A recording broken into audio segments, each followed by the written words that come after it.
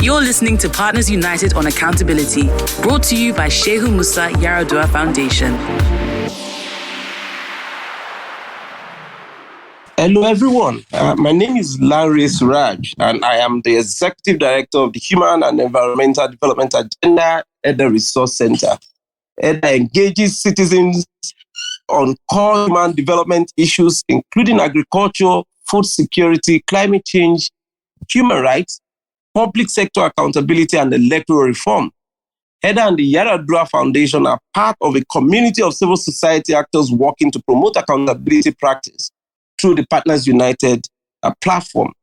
Joining me today to have the discussion on the topical issue, data for accountability, is Mr. Dapo Olorunyomi, a veteran journalist, human rights activist, publisher, I can say a reporter as well, based on the experience on some of the groundbreaking reports that has been associated with Mr. Dapo Olorunyomi. Mr. Olorunyomi has also been part of several initiatives leading to quite a whole lot of groundbreaking efforts at promote accountability, good governance, freedom of expression, and empowerment of journalists across the country and in West Africa. Mr. Olorunyomi was part of the founding member of the news family of the Next newspaper before becoming the publisher of Premium Times news family that has Premium Times newspaper, the Premium Times Center for Investigative Journalism, the project called Udeme, and also Dubawa.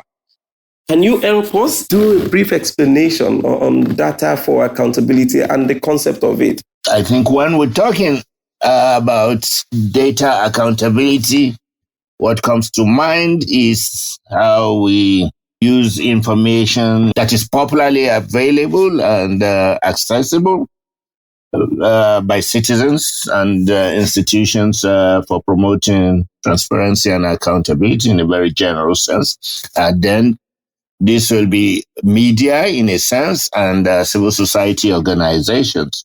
I think in broad sense, what we'll then be talking about is how to make meaning and substance of a democracy and how to give that democracy a consequential meaning to the extent that people have the information they need as at when due to be able to improve life, to hold that democracy accountable, to ensure that key actors of democracy, both individually and institutionally, come to effective reckoning.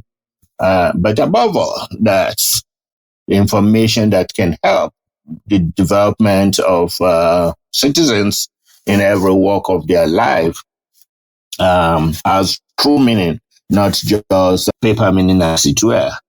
I think basically this is what we will then mean when we're talking of data accountability, is just to make information available and truly substantive for us to give democracy its true meaning and development a true purpose.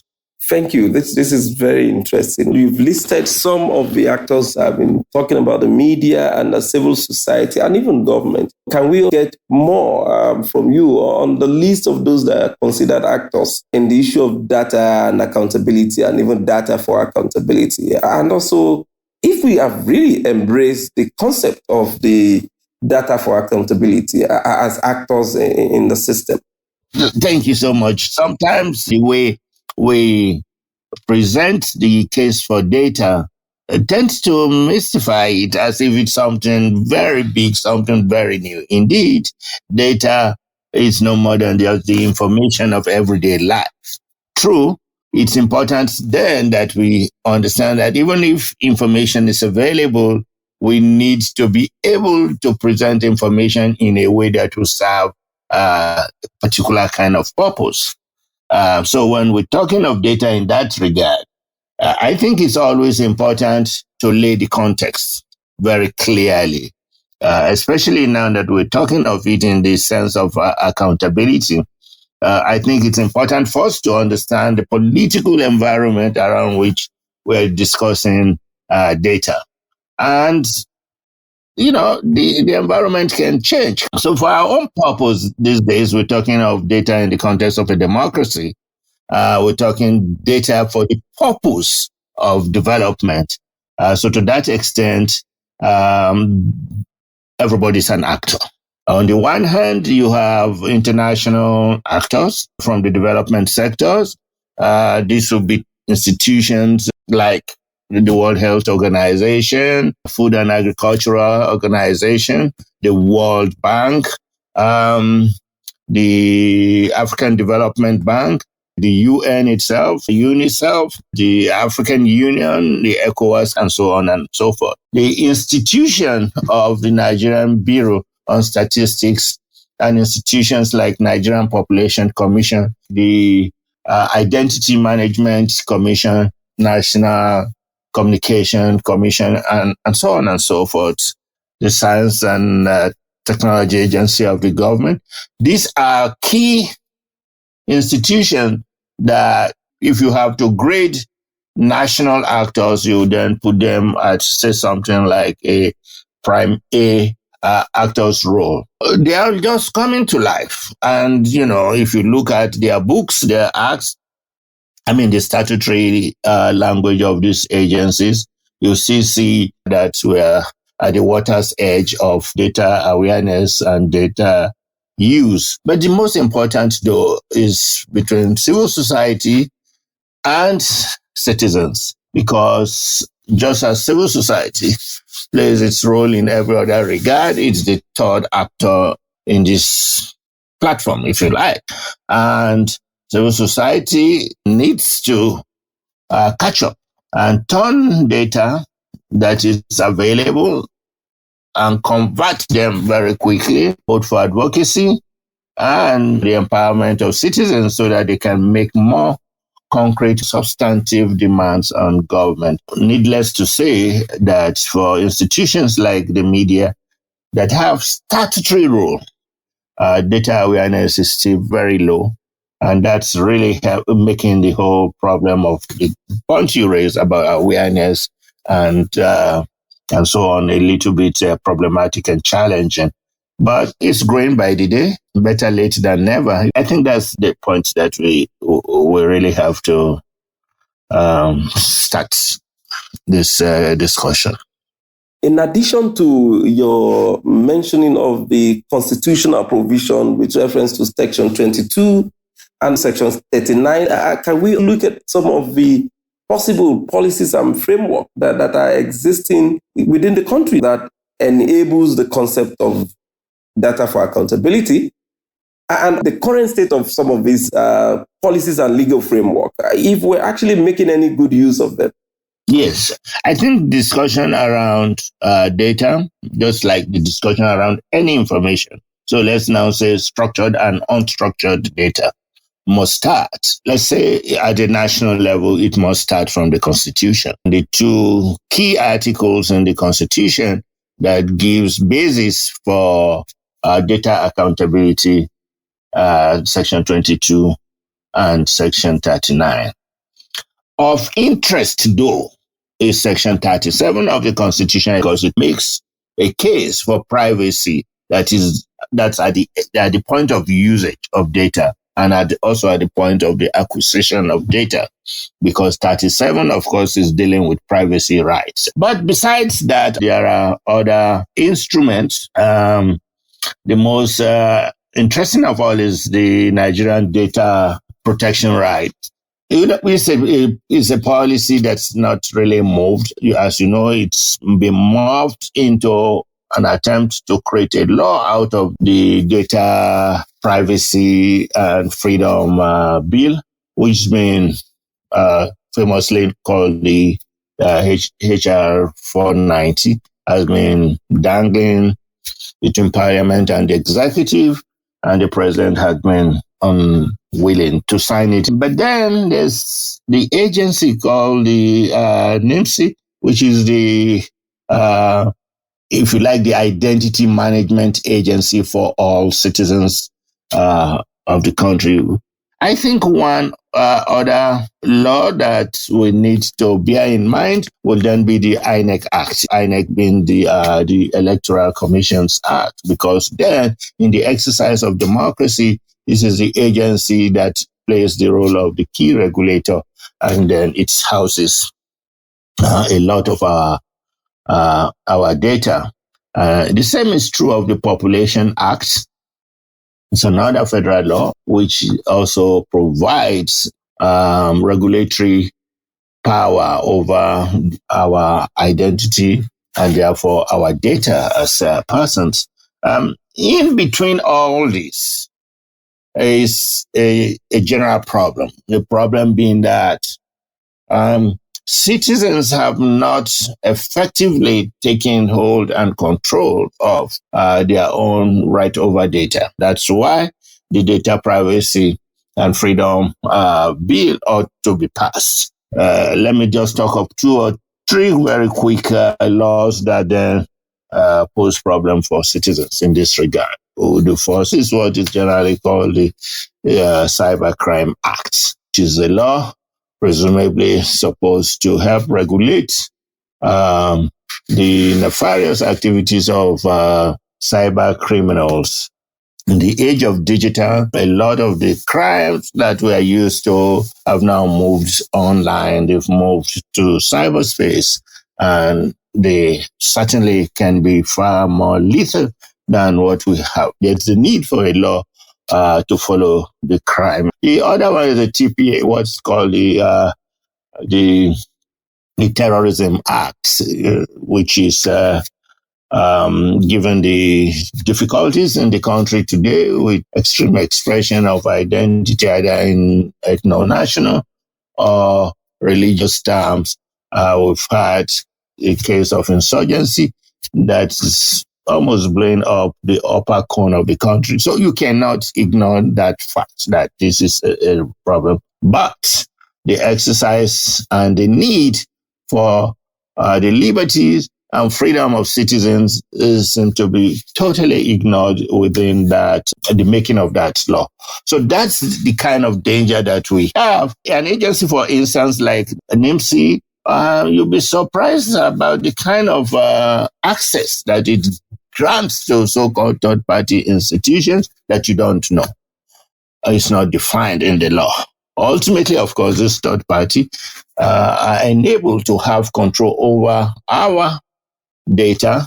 If you probe further, you find that almost invariably and always this is a pathway for security people to have access to. I must say we really appreciate how much you have assisted in details, highlighting critically some of these issues that are associated with data and also the actors that are responsible for some of the activities. But it will be important to borrow from your own experience as part of your organization and also your personal experience in the field to look at what has been the experience in your embracing of this concept of data accountability, and also look at some of the positives and the challenges that you must have encountered in dealing with this issue. In closing remark, we would appreciate to take recommendations from you for some of the actors that you have listed and the other ones that are not in your list. This would assist us in jointly advancing the use of data for accountability and promoting good governance in the country. I think it's important to bear in mind that when we're speaking of data in this regard, really, it's important to also understand the transition that has happened in the general technological environment of information processing, by which you say the transition to digital. Effectively, most of the world's population transited to digital in the 90s, and in Nigeria specifically, it's 1995. After this date, a whole lot of what we do as a media organization changed. Basically, we do three broad things. We collect information, we process it, and then, of course, we share this information. The age of digital has transformed how we do these things from an analog age, which then imposes on us as media organization to understand that transition to digital has renatured our identity in a way. And one way to really appreciate that is to see that media now finds itself at the interface of technologies than at any other time in the history of that institution. So for you to do effective media, we at least in our own organization, the first thing that we all knew was that we have to really create cubicles around which we have to ourselves extract and structure data so as to be able to hold people and government accountable. We have the institution in-house, which is called Udemy, which is a social accountability platform, and which deals with three key areas. It's development data, but mostly around constituency projects, around capital project, and the ecology fund.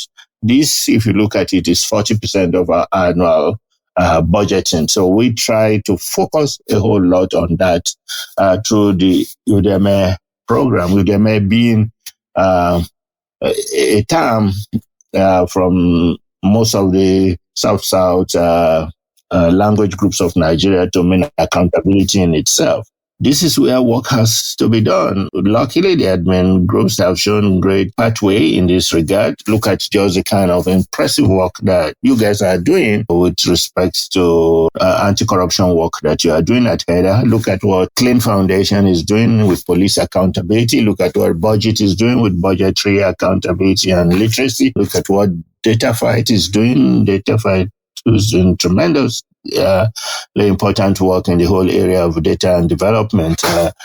And one can go on and on and on. Accountability Lab, you see the kind of work that they are doing. So this is the area that we really have to invest more in, to recognize that civil society as media, data has come, that is structuring of information has become far more important way that we can do this work. And the platform, the key for doing that will also be first an awareness of the central role that technology has come to play, has renatured our identity and the way we need to work, to the extent that we are actually small technology companies, not pretending to call yourself tech giants, but that you are really small technology companies if you want to truly do the work of accountability in an age of digital.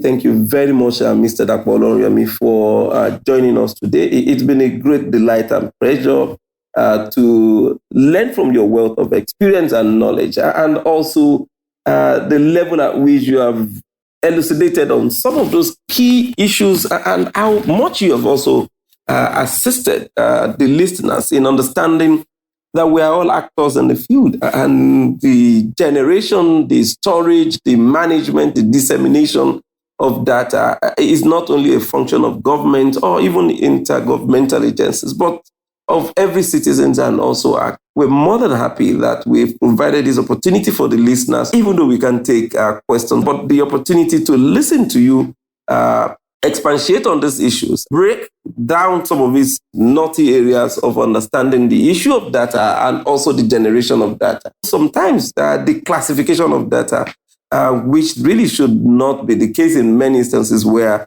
they are used for the support of promotion of good governance in the system. On behalf of HEDA Resource Center and the Yaradua Foundation, in our Partners United Forum, we are more than grateful for your time and for your support in this regard. To our listeners, every opportunity must be taken to expatiate on this issue, promote good governance, and bring everybody together, all the actors in the areas of accountability and also promotion of it. So it is on this note that I say thank you to every listeners, and also promise on behalf of the partners our engagement of these issues with different resource persons that will be invited to join us, and keep looking forward to the next episode. Thank you for your attention. Goodbye.